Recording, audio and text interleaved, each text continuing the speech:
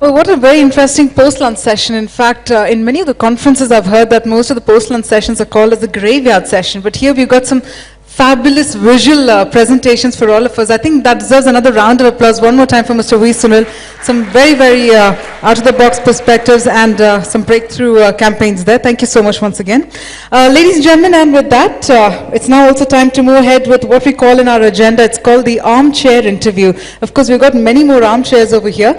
But ladies and gentlemen, the topic of the interview focuses on social media, brands breaking the social barriers. This afternoon we are joined by our eminent speaker, who's the Managing Director, Southeast Asia, India and Middle East and North America for Twitter, and he's responsible for building Twitter's business in countries experiencing dramatic user growth. Ladies and gentlemen, we are joined by Mr. Parminder Singh, who's very fondly known as Parry. Can we have a huge round of applause?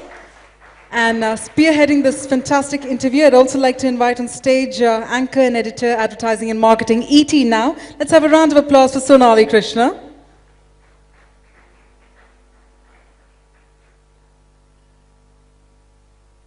And on that note, Sonali will be spearheading this interview that focuses on social media, brands breaking the social barriers.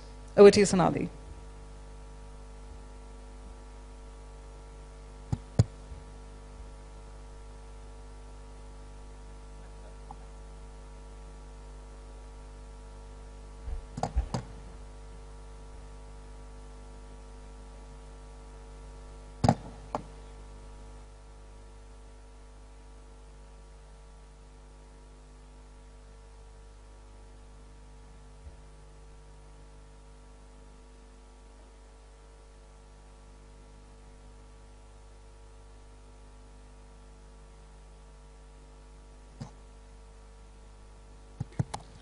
Hi, check.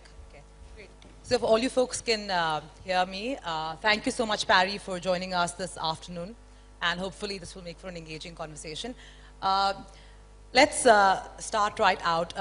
Parry, given your position and from where you sit, if you could give me a sense about how marketers across regions, and when I mean regions, I mean, let's look at India as a region, let's look at the West, split into separate parts. So different regions, really the sophisticated markets versus the not so sophisticated markets, which would be ours, in terms of how they really look and behave on, let's say, Twitter. Okay. So Sonali, firstly, I want to thank everyone for giving me a promotion just now. I was told that I am the Managing Director of Middle East and North America. That's a promotion for me. It's supposed to be Africa, but maybe you know that's something I don't know. So that's great. So, all right, so differences between the way social media is used across different regions. I think there are, firstly, I would not call India a not sophisticated market. I would push back on that a bit. I would challenge you a bit on that. I think there are enough sparks of brilliance in the way people use social media here, which includes marketers and brand managers, and also media companies, for me to say very confidently that, hey, people are doing the right thing over here. We just need to scale it more. We need to do more of it. We need to do it in a sustainable manner. But I really like some of the stuff that I see over here. But social media and the way you use it is also a result of the cultural environment. Eventually what is Twitter? Twitter is basically the pulse of whatever is happening around you. And that seeps into the way marketers use social media as well. So for instance, in some regions we see campaigns that work on social media are more focused on information generation. In some regions, like India for instance, people love to talk in this medium. People love to have a point of view. So there's an element of getting people to voice out their own opinion on social media, and that works very well over here. I'll give you an example. One of the campaigns I really like is one done by Intel some time back. They wanted their brand to be in the front and center of people's mindscape. And they ran this competition which took a person through a journey of the days when there was no PC, how was life without any PC, my first PC and my next PC. But the critical difference was they asked people, what do they think about a life without PC, my PC or my next PC? And I think that's the unique element of social media.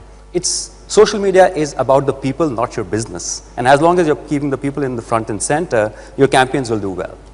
Parry, but let me draw you back to my question, which really is about how marketers and really their behavior pattern in terms of dealing with social media. So let's just look at the West versus the East, and let's just look at I mean, it is a given that we're not as advanced, technologically advanced in terms of our brand behavior on social media. The West is clearly ahead of the curve compared to us, right? So just given the fact that how do marketers deal with the likes of Twitter as opposed to, let's say, marketers there, just the way they approach it? Yeah, I think a lot of it also depends on, I talked about the cultural factors, but also technology factors. If you know that videos in India, because of the given bandwidth, it'll be difficult to load the videos over here. That will have an obvious impact on the way you would use the medium. So we see, in the West, we see a lot of use of videos, rich media. Not as much over here as we would want it to be because of just the technological limitation. I don't think there's any dearth of creativity or imagination. It's just about, the technological constraints that exist in the country.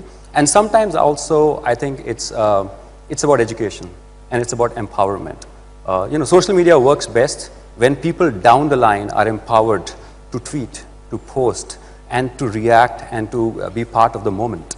If the moment is gone, then you lost that, that critical juncture where you can be at the center of people's mind. Great. So that's a great point. So you're saying it's important to be topical, right? Do you think brands are equipped in India specifically, equipped to, ride the wave, so to speak? Yeah. Are they really switched on at all points in time? Because you actually have to be like a newsroom, right? Absolutely, absolutely. So I think there are two elements to it. One is, you need to understand what your brand stands for and what's the voice of your brand, and be true to that throughout. One of the things that we are doing with agencies and marketers is introducing a program called Take Flight, in which we help brands understand what's the voice of your brand. Imagine your brand was a person. What kind of a person would he be? Is he a kind uncle? Is he a close friend? What do you think your brand is? So think of that person, use that voice, and stay true to that voice. That's the first element. The second element is to understand all the moments that peak and trend on social media and put your brand in the front and center of that moment. The moment could be football, the moment could be cricket, or the moment could be something as simple as the hand washing day which was there yesterday. So we had a brand doing a video around the hand washing day, which for a brand who's a soap, for instance, or a detergent, or somebody who's into sanitation, is a very important moment. So I think it's both, understanding your brand's voice and merging that brand's voice with the moments that are available. These two put together create social media magic. Parry, I'm going to ask you a very odd question, given the fact that you are, a senior employee of Twitter. Nevertheless, I'm going to ask you the question. Do you think Twitter today is a luxury, really an add-on, or is it a must-have for brands? Yeah. You should look at this in the context of the overall media landscape, not just in India or anywhere in the world. There are three things that symbolize the media evolution these days. Number one, people are now always on media. Gone are the days when people would go home, switch on the TV, and that was their media consumption. We are always on. We react to media in a very close manner. It's on the phone. 76% of Twitter's usage is on the phone. So media is much more close. And number three is, we have a point of view, and we want to express that point of view immediately. That's how media consumption now is different from how it used to be. And we believe that Twitter, being a medium that's live, that's public, and that conversational, is actually at the center of that, what symbolizes media today. So we believe Twitter is a medium that's for everyone, everywhere, at every moment on the planet. But is it a must-have for brands, for marketers? I would think so. I'll give you an example. The interesting phenomenon these days is that whether you are watching a movie or you go to a restaurant, so the trigger could be offline, but the emotional fulfillment of that trigger happens online. It's a very interesting point, because if you look at what happened during World Cup football, we saw 672 million tweets during football. And with each goal scored, the tweet volume would go up. So what's happening is, people are consuming something offline, but the emotional fulfillment of it is happening online. People feel more connected with mediums like Twitter. So as long as you think you have something to say, or you have something to share with others, or you want to listen to what everybody else is saying, Twitter is a medium for you. And the great part about the medium is there are no boundaries. Anybody can follow anyone. You do not require any mutual reciprocity for somebody else to say yes to you before you follow that person. So as long as you have things that interest you, you have meaningful interests, Twitter is a medium for you. And I think that would include a very large part of the world's population. Right. I totally get your rationale when you talk about individually.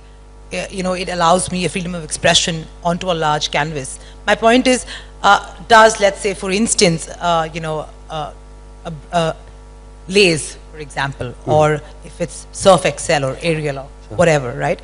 Does it require a presence on Twitter? Am I really interested as an individual to be engaging with these brands? I mean, finally, yes, I use them, I consume them, but am I really interested in having a conversation with them? You may or may not be, but you would want to know what your consumers are saying about you. So then you're saying that you have to be present on Twitter just to understand what your consumers are saying. That and a lot of other things. This is the biggest gateway to the human psyche ever evolved in the history of mankind. Okay. You have millions of people talking about your products. In the last session, we talked a little bit about research. You have online research, 24 hours, happening on Twitter all the time. Millions of people talking about your product. Obviously, you would not want to be, say, disconnected to that. You would want to know what people are saying about your product. And if you have something, interesting to say about your users, yes, why not? Our research in India, we just did a research in India, where we asked people one thing: do you follow brands? And if yes, if you do follow brands, do you buy the products from that brand? 67% of the people said, yes, we love following brands. 2/3 of the people said, we love to retweet a brand's message. So not only are they following brands, they are retweeting a brand's message.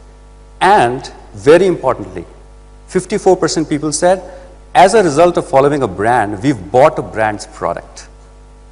What was the sample size? Pretty big, actually. We had, in India, I think it was close to 500 to 1,000 online survey. Yeah, it was representative of the population. 500,000 people, respondents. Yeah. Okay.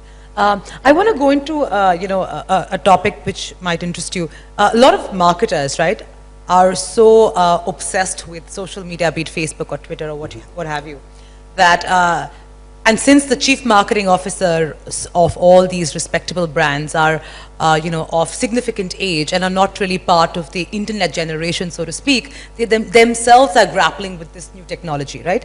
And the whole obsession here is with likes or followers, as the case might be with Twitter, followers. Do you really think that it is important to have so much volume so that you feel that you're achieving a lot on social media? Or are you supposed to look more at value and engaging? Because what does a follow really mean, actually? Yeah. So I think firstly, I'll take a step back a bit and start from the point of view of, so who is the follower? What does it mean to you if you're a brand or a company? I think in simple words, in non-technology word, a follower is an ambassador. He's somebody who's interested in what you have to say to him. He's somebody who would want to know more about your product and your company. And he's somebody, as I said earlier, is willing to talk on your behalf about what's happening in your company. As I said, 2 out of 3 people have said, we love to retweet a brand's message, provided the message is relevant. So a follower is an ambassador. And I think it's important for any company to have ambassadors. Why not? So yes, follower is important. That having said, I think there is life beyond that as well. It's important to have a certain critical mass of followers for your voice to be heard and amplified by people on Twitter or any other social medium. But there are things beyond that as well. Beyond followers, I think it's important to understand how people are engaging with your medium. Is your brand message really resonating with people? Number 2, I think even if you have certain followers, you have to talk to them in a certain context. Can you explain that context? Absolutely. So for instance, take the example of something very popular here, which is cricket. If you are a brand who does not have any connection with cricket offline, but are just using cricket online in a certain context, it may or may not resonate with your followers, right? Because they don't see your brand as a brand that's close to cricket. You have to understand, what does your brand stand for in your followers' mind or in people's mind?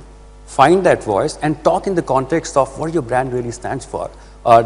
Just because humor is popular on Twitter does not mean it works for all brands. Could you cite one example of a brand who has done this absolutely fabulously, engaged with their audience, an Indian brand on Twitter? Yeah, I thought I took the example of the hand washing day yesterday, which I thought was brilliant because A, it was timely, it was done on that very day. B, the message was relevant from this country's perspective. So what that brand has done is it's elevated itself, its positioning in the minds of its users and anybody who saw the message. I thought what Samsung did the day iPhone 6 was launched was cheeky, but it was interesting. iPhone 6 was this big moment for Apple, and Samsung had a promoted trend which said more than big, which became kind of viral over here. I thought it was interesting. It was a nice take on a global phenomenon, and people responded to it.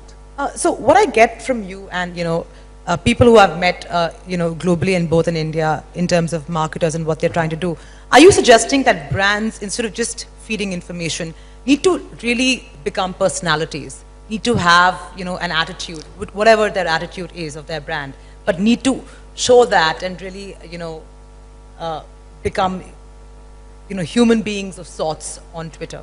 Sure. I think it's important for people love talking to human beings and not PR machines, and that's something brands should understand. Which is why we do ask brands to think of their brand in terms of a human being and figure out what kind of human being is it, and stay true to it. But that's step one. Step two is understanding the right moments that are relevant from your brand's perspective. Step three, it's a very important one, is on social media, speed trumps perfection. Sometimes brands come from the mindset of traditional media, print or TV, where everything has to be just about perfect for it to be released, for it to be in market. But remember, this is social media. If you are relevant in that moment, that's a little more important than just being perfect. So think about speed trumping perfection on social media. Make sure that the guy who's handling your Twitter or Facebook, he could be a college pass out with 3 years experience. You have to empower him to make sure that he feels confident enough to post something in that moment. Because if that moment is lost, then you've lost the relevance. That's a brilliant point, Barry. I think most people's takeaway should be that empower the young people you have to head these mediums. Going into return on investment, which is really a favorite topic amongst marketers. So great, I'm engaging with my brand. I have like 50,000, 1 million, 1.5 million followers, maybe more. So, what does that really mean? Yeah. How do I translate that into bottom line? Sure, yeah. So I think firstly, there are enough studies that very clearly show the correlation between followers and brand favorability and purchase. Followers very clearly say that 54% of followers have said they've bought from a brand that they have been following. That's number one. Number two, we believe each medium has a core to it, and Twitter's core is engagement. Why is engagement important to us? Because your timeline is really reflective of what's meaningful to you on Twitter. If something is not meaningful to you, you will not follow that person, and it will not be part of your timeline. So hence, your timeline is a very accurate and dynamic graph of what's meaningful to you, because of which engagement becomes very strong on Twitter, because people follow brands, individuals, or companies that they are really interested in. I come from a background of display industry where if you got a 1% click-through, you probably were up for promotion. On Twitter, on a regular basis, we see 3 to 5% cost per engagement, engagement rate. Why is that? Because it's a very accurate reflection of what's meaningful to people. So we believe that yes, having followers is important, but also focus on engagement. And there are enough research to prove that engagement leads to better brand favorability, better purchase. But there is nothing that is really ascertained as of now in terms of real proof that you can say, be it any medium on social, where if I'm having great engagement, it's actually translating into sales. Mm-hmm. Is there any such real data that you can throw out to say that if you do really well on Twitter, then you're really going to increase your sales? No, absolutely. I think there are three things that we do to help address this. I think it's an important point that you raise. People need to be sure and comfortable with the idea of engagement and really know that it is having a meaningful business impact. And we handle this in 3 stages. One, we do a lot of research which very clearly shows how engagement is linked to better brand favorability and purchase. We also do customized research with brands in the context of their campaigns. So we've done that in India with a lot of brands, elsewhere as well, which very clearly shows the correlation. Plus, of course, I mean, there are brands that use Twitter to lead traffic to their website, which results in actual purchase. So that's happening as well. And that's as clear a proof of Twitter or social media impacting sales as any. So I just want to drift off a little bit. So while everybody's talking about this great digital, the rise, sure, really, and you of course are a propagator of it. So we see more and more, companies, giving more and more money to their, to the digital part of their ad spends, right? Because that's increasing. Sure. But what's also interesting is that most digital natives, so be it like the Snapdeals or Jabongs or Flipkarts or WeChat, whatever, their sudden increase on traditional media is humongous. So much so that for broadcasters, it's become a very significant category, almost contributing 10 to 11% of their total revenue. How do you explain that when digital natives themselves jump their own bus? Yeah, I think each brand has to find its own media mix truth. Whatever works for the brand is important for them. We see Twitter as a great complementary medium. We are not here to siphon money away from traditional media. In fact, we believe that Twitter is, as a second screen, has a very important role to play in amplifying the messages you're putting out in traditional media. I mean, I'll give you an example. We've just recently launched a product called Twitter Amplify, and we've just launched it in India. And one of the first examples was, Star Sports and Vodafone coming together to release bite-sized match highlights of the recent India and England series. I wish India had won, but they released the highlights over there. And what that leads to is two things. One, it improves the content viewership on TV itself. That's number one. And number two, it allows a brand to be part of a certain environment, which is cricket in this particular case. So, we think Twitter is a complementary medium, whether it's print or TV. It works very well with other medium. We have absolutely no conflict with brand spending on traditional media, and we think that if you play it well, it's a symbiotic relationship that we have with other mediums. Right. If you can, talk about what marketers today are doing wrong on Twitter. Mm-hmm. Three things. Firstly, I won't call it things that they are doing wrong. I would just say things that they are yet to do. Number one is, I think they need to, it's important for marketers to plan their content piece on Twitter over a long term. It's a great medium to be in the moment, and that's a great thing to do. But as a marketer, do you understand all the moments, cultural moments that are peaking on Twitter over the next 3 to 6 months? And what's your brand's point of view with respect to those moments? So we've just introduced something called an Own Your Moment calendar. So this calendar is, it takes all the moments that have peaked in India over the last few months, and we give brands a sample of which are these moments. You can actually take this calendar, put it in your Microsoft Outlook or Gmail calendar or whatever you want to use, so that you know which moments would be trending on Twitter over the next few months. And then you can use these moments to put your brand in the context of these moments over here. I think it's important for brands to have a point of view and understand that, because that's real content marketing. That's number one. Number two, I think brands should be, can be a little more adventurous or maybe a little more experimental about using new technology. We have very interesting technologies that are being used globally. Vine is a great example. Vine is a 6-second video, loop video. I think it's a great technology, and I think brands could use that more. And third thing, I think it's very important, I've said this earlier, is empowerment. Empower people who are in charge of your social media accounts. They could be young, but unless you empower them, they would lose the moment, and it's important to be in the moment on social media. I'm just going to open it up for questions, if anybody has any questions.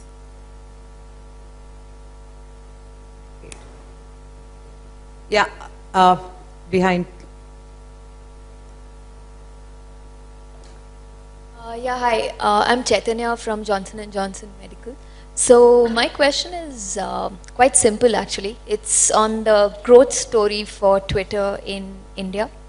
Because I just remember reading a few reports, I think on ET, especially a couple of months ago, which talked about how, just given the business model that Twitter has, and the kind of penetration that it already has in most of the Western markets, its growth story and expansion over the next couple of years is literally going to be decided in India, given that, again, China has a lot of limitations.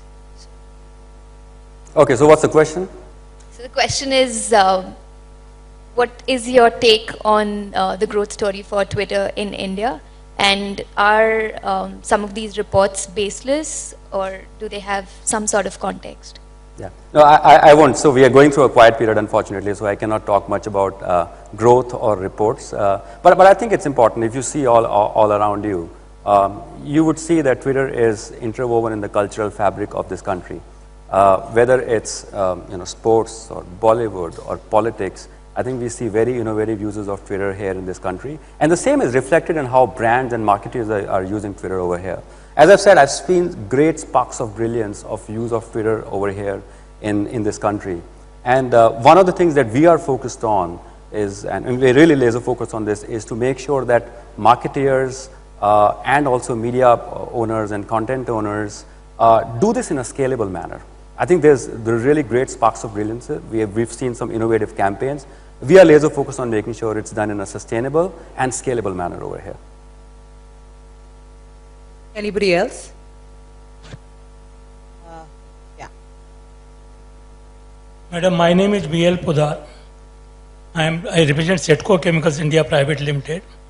I am talking of two Banaspati factories.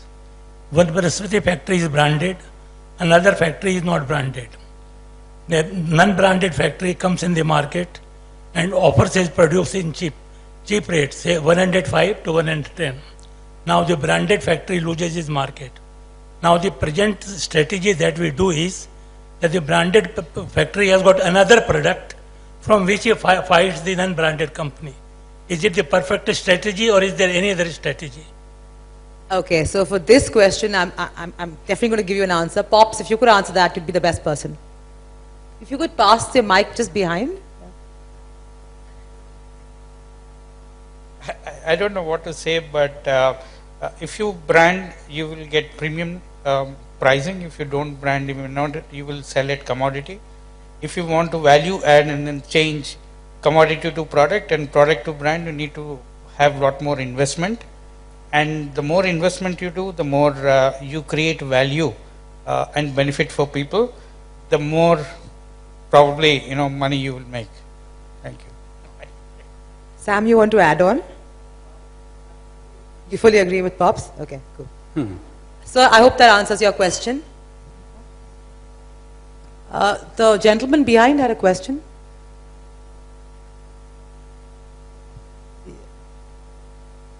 Okay. Sorry, lady. Yeah.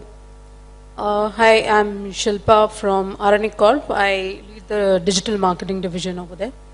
So my question to you is an advice which I would need from you, or probably you could throw some light on as a expert on Twitter, or the leading the Twitter brand as such. Which particular industries in India and abroad, or maybe products, should I say, have done the best on Twitter? Could you throw some light on that? I mean, we could have some categories performing better in on Twitter, or not performing so well. It's a tough one to answer, because depending on which country, which region, which business environment you're talking about, the companies change. I would say, firstly, across B2B and B2C both, we've seen some great examples of Twitter being used. We obviously talk about B2C brands very often, so everybody has heard of the Oreos and the Kit Kats doing this. But as much as B2B, even B2C, even B2B brands like GE, Intel are doing some really innovative use on Twitter. I really like what if you talk about India, I really like what some of the auto companies have done over here. I think they've used Twitter very well. It's a product that's very conspicuous. People love talking about their cars. It lends itself very well to a discussion, and I really love what they've been doing over here. I love what the technology brands are doing over here. I love CPG. Actually, if you start asking me, I'll probably end up naming all the verticals. So I think it's across all brands, all verticals, all industries. It really depends on if you have something meaningful to say to your customers, and if you have a reason to interact with your customers, this is the medium for you. Barry, you just haven't answered a question. Yeah, I mean, as I said, it's a very tough question to answer. I mean, I'll need to look, it's a wrong way to look at it in terms of the spends, because, innovative use of Twitter is not limited to the spends you're making on Twitter. I might have some idea of which verticals are spending more and so on, but that does not directly correlate to the innovation quotient of that vertical. But as I said, I think auto, tech, and some of the CPG advertisers are really doing some brilliant stuff over here in India. Anybody else with a question? Yeah, the gentleman there.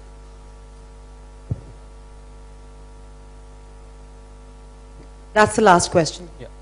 Hi, my name is Ashish and I work for Lubin Limited. My question is very specific. You said that on Twitter or on social media, to become successful, what need to come together is the moment as well as what you stand for. Is it limited to Twitter or is it for any social media, what you have to say? My question comes with a background. Why? Because in pharmaceutical, if we would like to create enough awareness on a disease, it may not be related to a specific moment. It may be very much ingrained in the issues. So how to go about that? Yeah, absolutely. I think that's a great question. So firstly, what you and your company stands for, I think that's universal. You need to understand what's your voice. And what voice would you want to communicate to others with? That's number one. The concept of moments is a little more pronounced on Twitter than other mediums because it's a real-time medium. People use Twitter for the here and now. It's the pulse of the planet.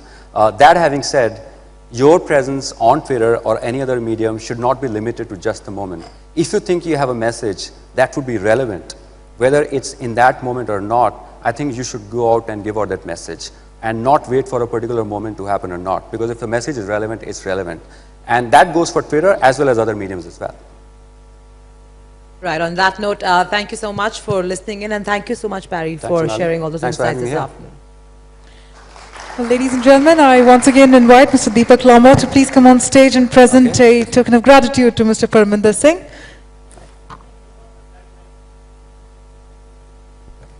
Yes, sir? Actually, that gentleman behind was actually answering it for you. His name is Pops, the man with the glasses behind, same table.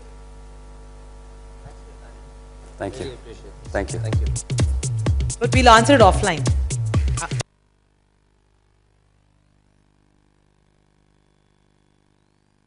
And thank you very much, Sonali, for a wonderful session there.